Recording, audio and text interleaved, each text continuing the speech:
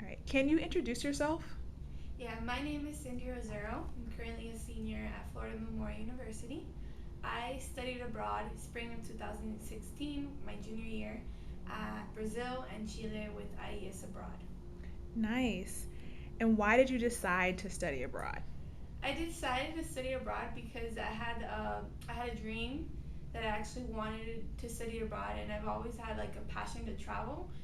And just my senior year, where I had 2 or 3 months to figure out how to even study abroad, I decided to talk to my advisor, which is Dr. Abraham, and she kind of like instilled in me that I needed to do this because it's like my junior year and I only had a year left in order for me to be able to do it undergraduate. And so I just initially did it, and in 3 months I got everything in with IES and I was approved, and I also applied for Gilman Scholarship, which I also received with the max amount. So that was just an amazing opportunity for me to do it, and I did. Wow, that's fantastic. So, similar question. Were finances a concern for you? And if they were, how did you afford your study abroad experience? I think one of the biggest things that most students have a hard time deciding if to study abroad or not is the financial aspect of it. I mean, for me, I did think about it, but it wasn't a deciding factor. Like I wanted to do it; it was a desire that I had within me for me to accomplish it. And so, what I tell students and I recommend people to do is just to set up a fund, GoFundMe account or some sort of charity work that you can be doing in order for you to promote yourself and this experience that you do want to study abroad and how it's going to benefit you once you arrive back to the States. So you have different options, but I actually applied to Gilman like I had mentioned, and I had the support of this faculty to help me out and just make my essay one of the best, and fortunately that was what happened, and Gilman has been a great benefit for me to just study abroad.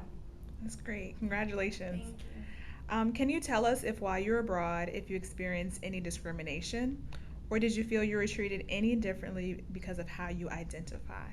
I actually, when I studied abroad, I mean, I was in three different locations because my program specifically was in Rio de Janeiro, and then we had went to Peru and Chile, Santiago. So for me, I didn't feel discriminated or anything because I have roots from South America, so I kind of fit in with the culture and the environment and everything that I had offered there. And so more or less, I mean, my group was a ratio of more women than men, and like I feel like maybe the men who were part of my group were from up north and they didn't understand the culture, so it was harder for them to adapt. But for me, since I have roots from South America, my parents are from Venezuela, I fit in how they are as culturally. Fantastic. Hmm. While you're abroad, did you feel like you had a support system or anyone you can contact or connect with if you had any challenges along the way? Yeah, I did face a lot of challenges. One of the main reasons was the language. I did study Portuguese at my school, my university, but it was harder to face it while you're on the streets because it's like the the the way they pronounce words and the way they speak is completely different for you from when you're actually learning it in class. And so that was one of the biggest challenges that I faced when I studied abroad.